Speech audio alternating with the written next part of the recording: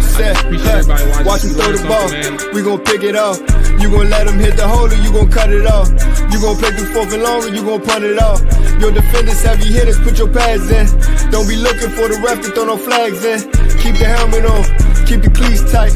You the type to want to win by any means, right? You should look alive. This is Trap or Dive. Yes, sir. Welcome back to another. Yeah, man. Yeah, nice close. Shout out to my man Montez. You know, he's still surprising people like 3 years later. It's a nice little intro, ain't it? Yeah, that's fire. I haven't seen anything like that yet. I love it. Yeah. Welcome back to another episode of Trap or Die Podcast. I'm your host of the Trap or Die Podcast, Mual. In here with the fellas, AJ, Dre. And before we get into our special guest, man, make sure you hit that like button. Make sure you hit the subscribe button on YouTube side, audio side, same thing. Hit that follow button. Rating and review if you can. Takes 10 seconds to do so, and it's free to show your support that way, man. We always appreciate it. Kurt Benkert, former NFL pro, gaming extraordinaire, competitive gamer, something like that. A whole lot of things going on with Kurt. Film studies, film breakdowns, all that stuff, man. He's joining us right now. Just to get kind of baptized in the Commanders community, man. We appreciate you joining us, boss, man. How you feeling? I'm feeling good, man. I'm excited for this week for you guys. I'm like secondhand living through you guys. I want this to go well. I want you guys to make it to a Super Bowl. I really, really want you to beat Philly. I'm have like this new like profound hate for Philly fans this week that just like I didn't know it was like that, but it's like that. And And it's over. I've buried that. I'm ready to move on. I'm excited for the Commanders to do what I think they can do, and I'm excited to watch Jayden Daniels do his thing. So I thought that you officially joined us, and this was the welcoming moment on Trap or Dive. You said you guys. I thought you were part of you guys. You know, it's we now. It's we now. Yeah, it's gonna take some time. I gotta get used to it. I still feel like I got married into the family a little bit, but man, I'm excited. I'm just glad that. So I spent 3 years with Dan Quinn. That's where the Falcons' time I spent with him was, and he, in my opinion, like I was an undrafted guy. Undrafted guys typically don't even make it one season, and I ended up luckily making 5, and 3 of them came with him. And if he hadn't gotten fired, I would have stayed there. Would have been right into the next kind of step in my career, but things didn't go that way. And he always looked out for me. He looked out for me when I got injured in 2019. I got out in preseason with a season-ending injury, and they kept me on the team and didn't cut me and like injury settle me. They let me stay around, stay in the meetings, kept me around for the next year following that. But like he believed in me, and damn it, I believe in Dan Quinn. I believe in what he does and what he preaches and how he does things. So I'm really excited to see how this weekend shakes out. So with all that being said, and you know your tenure with Dan Quinn and having that personal relationship, and you feeling like he trusted you and you trusted him, are you surprised that he has been able to do this? Yeah, I guess year one. No, I'm not. And honestly, the Commanders were the one team this year that I was like, man, on paper it doesn't look pretty, but knowing the pieces that you guys brought in with Jayden, knowing the draft that you guys had, the vets you had, the defensive pieces that you brought in too that were like guys on their way out of the league, but like they can still play. All of that together mixed with Dan Quinn showing up anytime, anywhere. We don't care who straps it up, like it's time. That's who he is. And he doesn't just like preach it. Like he is living it. People trust him. He's relatable. So to see all of that coming together, like you guys were my pick to be us. We're saying us now. I think we're saying us. Commanders were the pick for me to be last year's Texans. And in my opinion, you guys have, there it is again. Commanders have surpassed that this year, and it's just been really cool to see it all come together. And you can see from the inside, they believe. All the players in that locker room, they believe. And that's no shock to me. Go ahead, right? Oh, yeah. And I was just going to say, with you, obviously, joining us now, I have to believe that outside of Dan Quinn, Jayden Daniels is one of those reasons that you were becoming a new Commanders fan. But we've been listening to a lot of the talk this week. Everyone's talking, the debate shows are on. And, one of the debates we talked about on the show last night was about how well Jayden Daniels is playing in the playoffs. I mean, is it fair to say at this point he's played the best ball of the 4 remaining quarterbacks that's left in the playoffs right now for the playoffs, not legacy or anything, just the playoffs? As of right now today, yes, it's 100% true. No quarterback in the league right now that's still available to play is playing better football than Jayden Daniels. And all of them would say the same shit. Like, you can't tell me that, and not that they're playing bad. Josh Allen didn't really have to do a whole lot. Defense played lights out, and he did what he needed to do. Then Mahomes, same thing. Like, defense played lights out. He made a few throws here and there. Nobody's playing better than Jayden Daniels. Nobody's putting the team on their back like Jayden Daniels is. And he went into the Lions' den and tore him up in front of everybody and stood there, delivered. And the thing is, like, when you watch the film, which broke down on YouTube a couple days ago, he's doing it in every single way possible that you could ask from a quarterback. He's beating them pre-snap. If a blitz is coming off the slot, he's replacing it. If they blitz delay, then he's staying comfortable in the pocket, shuffling just a little bit, delivering with a quick release. If all shit breaks loose, all hell breaks loose, he's scrambling, he's making plays. Like, he can play the game every single way that all the rest of these guys can play. And he does each one of those at a high level. He's a high processor, he's got a great arm talent, and he's athletic. So, like, if he's on that day, what are you going to do about it? You know what I mean? And he's been on most days than not. So that's kind of what I'm looking at this week. I want to see, how do they open up? How do they get him into the rhythm of the game? Because nobody on the field is better than him right now. I think when you look at the game too, Kurt, what's been impressive to me through 2 games so far, now going into the third, it's about to be the same story, honestly. You weren't wrong when you said going into the season, first you thought they was going to be this year's Houston, but at the same time, roster-wise and just team-wise, you wasn't sure like how Washington was going to stack up throughout the season. Yeah. Tampa Bay, underdogs, rightfully so. Not many people had them winning. Yeah. They go out there, win outright. Not even cover the spread, went outright. They do it in a fashion which their defense showed up in limiting. I mean, obviously the offense was playing a big part, dominating time possession, right? But the defense shows up. They don't give up so many explosives. They limit up to 20 points. You find the key turnover. The offense puts up 23 game winner. Detroit Lions, same story. Nobody picks them to win. They find a way to win. This time, the defense does show up, force 5 turnovers, get a touchdown for your offense, and takes away points literally and scoring opportunity from the Detroit Lions. This week, same story. Like, Philadelphia is probably the more complete team out of the last 2 teams that they're going up against. From the trenches standpoint, you got a dog at running back. And I think for Washington, I know what you said about how you feel going into this game with Washington. I mean, obviously we're fans, but at the same time, honestly, bro, the way this season has been going, we genuinely think that they have a shot to beat Philly. I mean, their divisional opponent is not like this is like some mountain of a task. They're still a tough opponent. But what do you see, or what do you think is like some of those factors that really goes into Washington's favor? You've been able to break down their both their playoff games, and then you also see Philadelphia. You've seen a little bit of Philadelphia. What are some of those factors from you? Yeah, so looking at this game, the weather's not going to play as much of an impact as it did last week. I think it's supposed to be like 35, 40 degrees, something like that. I don't think it's supposed to rain. It looks like a seemingly clear day. So take that into consideration. If you look at what the Commanders' defense did against the best offense in the NFL last week, they caused mayhem, like havoc. D-line was eating. The DBs were pressing the point, finding a way to come down with the ball in the air. Like, it was not just this bend but don't break defense. They were causing havoc. Now, on the flip side with the Eagles offense looked abysmal last week. They got bailed out by their defense. They honestly still could have lost that game. If the Rams would have put it in the end zone on that final drive, the Rams would have won that game by 1 point.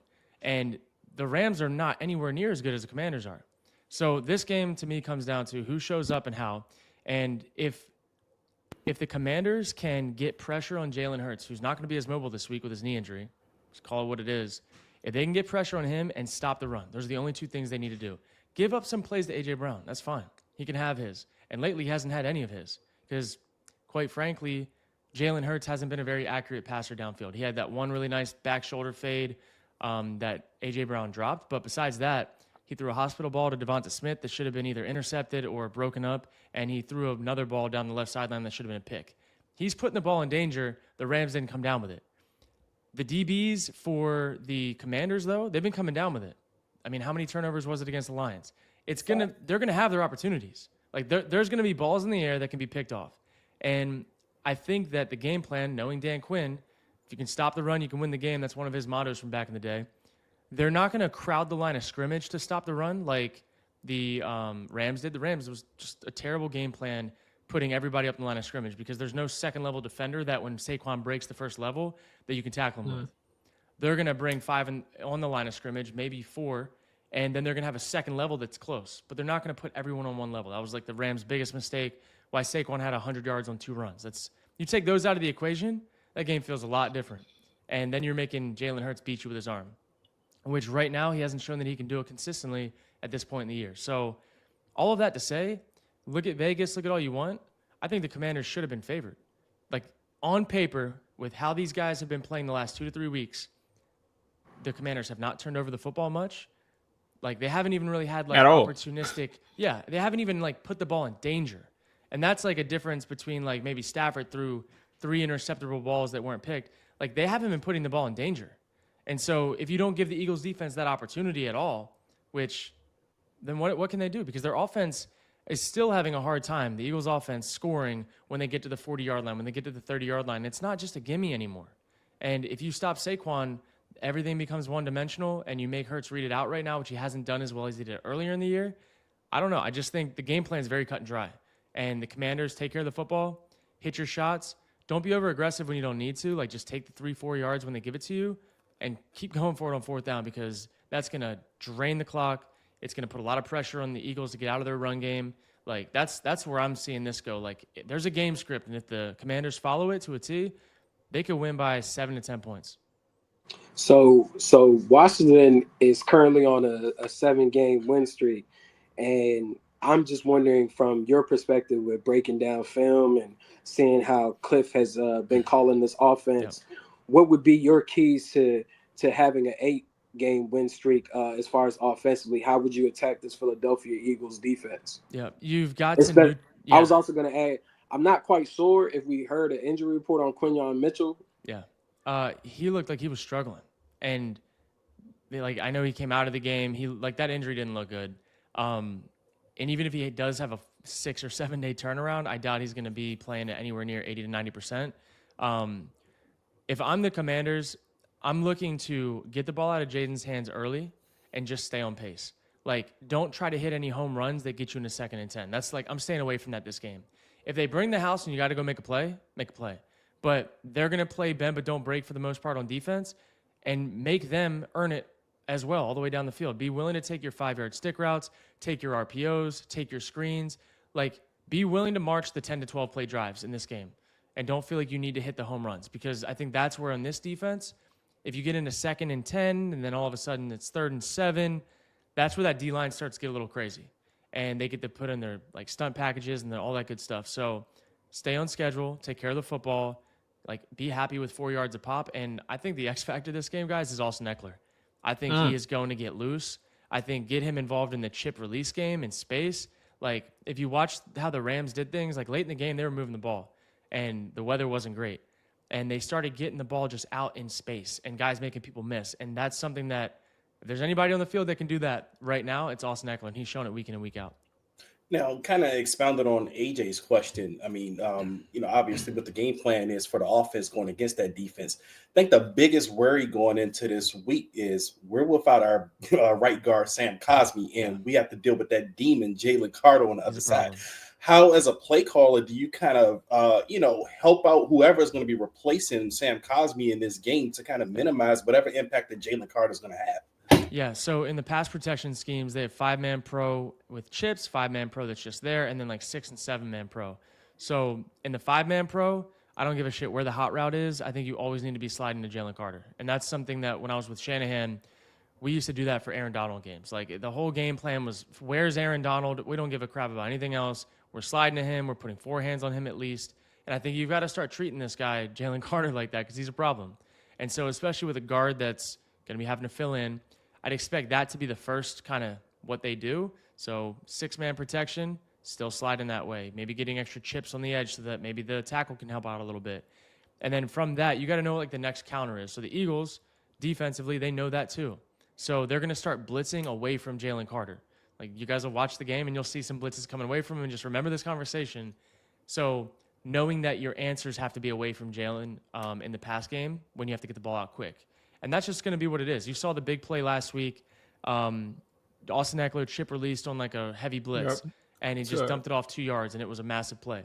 So that same play was very similar to the sack that Jalen Hurts took on a safety, where he could have hit Goddard right over the ball as soon as he chipped, and he just took the sack. So, like, Jalen's seeing it and processing. So, like, I'm not really concerned that he's not going to see the blitz, where on the other side of the field, they've been having problems with that lately. So, I just think they're going to be prepared, man. Like, they're not going to go into one game away from the Super Bowl not prepared for whatever might happen, when 8 games straight they've showed, 7 games straight, that they're ready for this. So you touched on Philly's offense and just the unimpressed side of how you feel about them. But Jalen, in this aspect, there's going to be situations obviously where they're going to be counting on him. I mean, that's kind of the situation at this point. Stop Saquon and like Jalen, you better beat us at this point. You better beat us. But what is something, if we talk about a strength of Jalen, that he's bringing into this game that Washington needs to be, including the fact or factoring his knee injury. So what is like a strength that Washington needs to try to take away from him in terms of the passing game? It's the vertical pass game. Like, he is really good when it's one-on-one with no safety help. He can put it over the top with air. He can put it back shoulder. Like, that's where he feels comfortable. He's a vertical passer. He doesn't feel so comfortable throwing crossing routes when it's congested or contested. He had one crossing route last week to Dallas Goedert, I believe, that like the DB fell down on and he was just wide open and he could throw it as hard as he could right on his chest. Like, he's just not a great horizontal passer for the most part. But if you let him air it out deep and it's one-on-one and somebody's going to be open, he's probably going to come down with it. He's probably going to find a way to put the ball in the right spot. So if I'm the Commanders, I'm trying to play bump and run. I'm going to press, but I'm not just going to let them beat me over the top.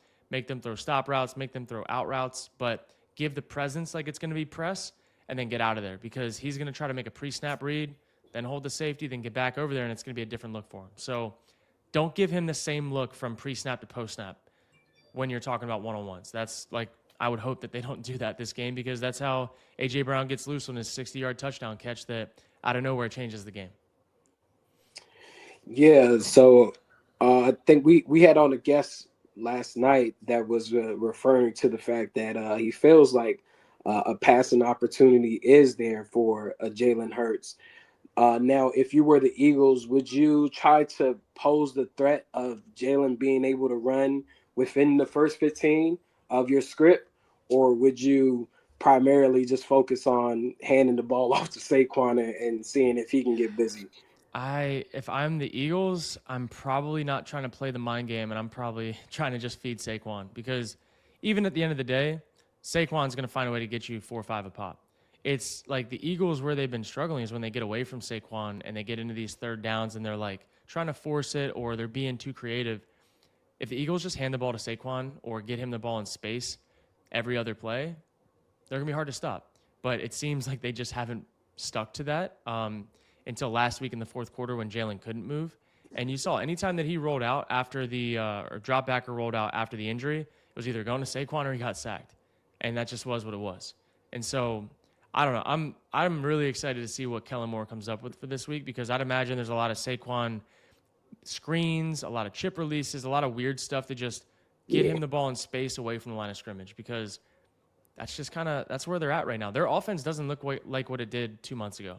That just is what it is. Like, a few months ago were a scary offense to deal with, but there's probably other injuries that Jalen's dealing with that we don't even know about, to be honest. It's just kind of how it goes. Wasn't it weird, like, in a sequence of that game towards the end, like, they ran a bootleg with Jalen Hurts, and it's like, do you not know that your man is injured? Like, it was so fascinating to me. It's like, and that's what I think about with this game Sunday, that they're still going to try to prove a point that he can be mobile. I don't even think it's Kellen Moore. I think it's Nick Sirianni saying, like, hey, let's still show that threat, because if that threat is there, it changes the way you can defend them offensively. It changes the play calls on defense. Like, you're not going to play you're going to play way more man and press people up and mess up the timing when you know a guy's not mobile. Where if he's mobile, might have to play a little more zone, because if he breaks through the line of scrimmage, then nobody's there. And I'm telling you guys, I think Dan Quinn is smart enough to see how Jalen's moving in the first 2 plays to know what type of game it's going to be.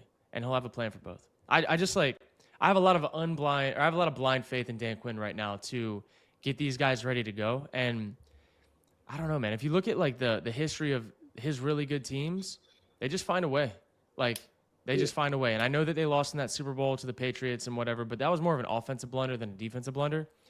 he's gonna have an idea. He's gonna have a plan on defense to stop him. And the Rams defense hasn't been like anything crazy. They've had a good few games the last few weeks, but I would not be shocked to see the Commanders defensive line eat just as much as the Rams did.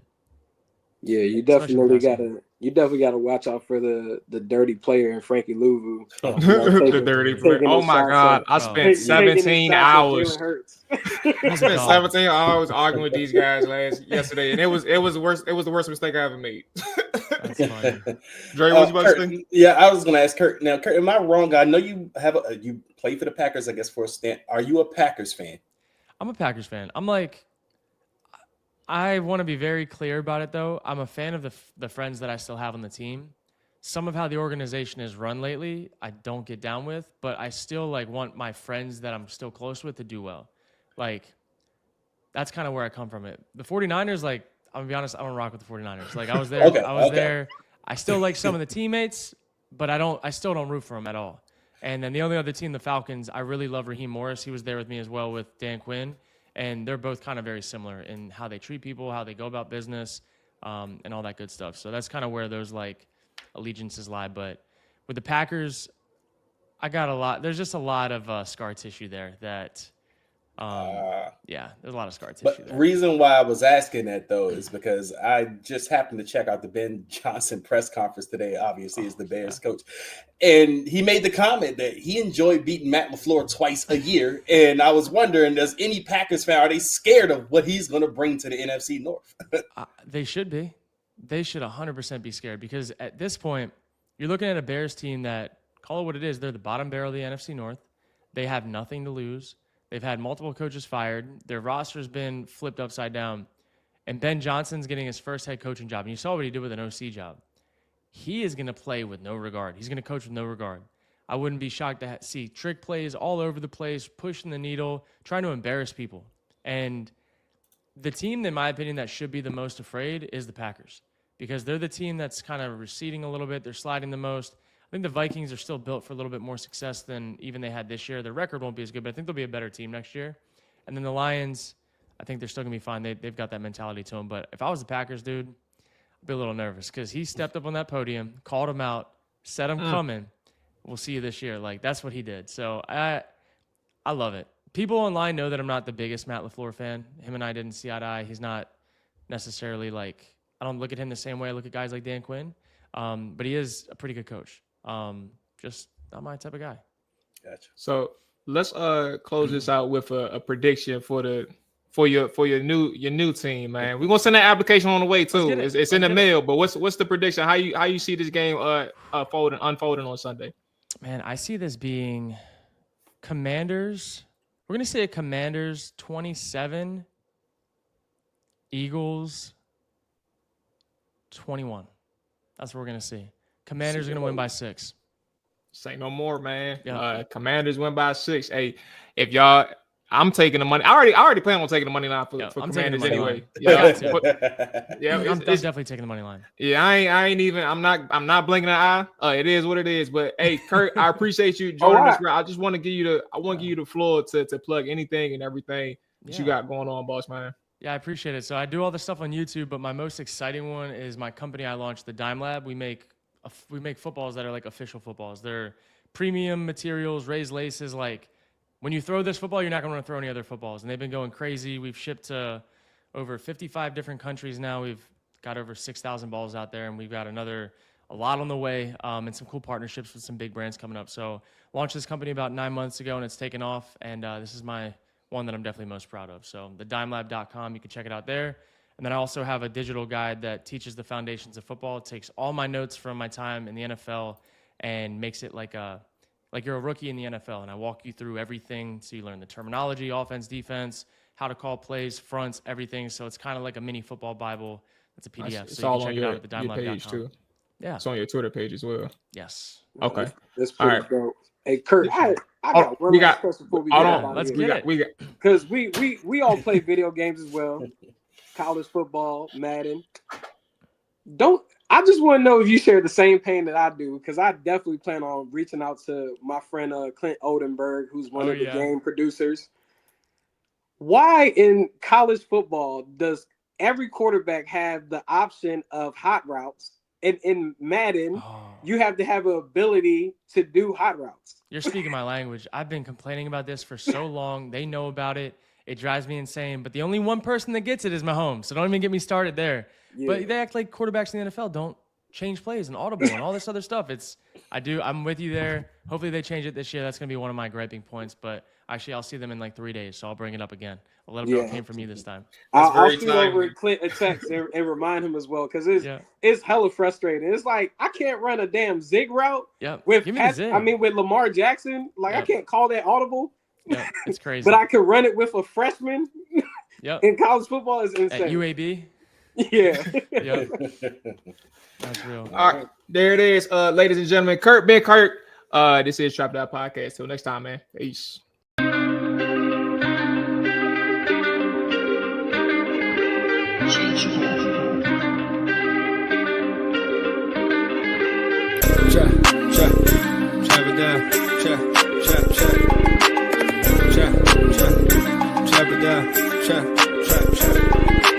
Trap it down, trap it down, you gon' trap it down. Trap it down, you gon' trap it down. Damn, set, watch him throw the ball, we gon' pick it off. You gon' let him hit the hole or you gon' cut it off. You gon' play through 4th and long or you gon' punt it off. Your defenders, heavy hitters, put your pads in. Don't be looking for the ref to throw no flags in. Keep the helmet on, keep the cleats tight. You the type to want to win by any means, right? You should look alive. This is Trap or Die.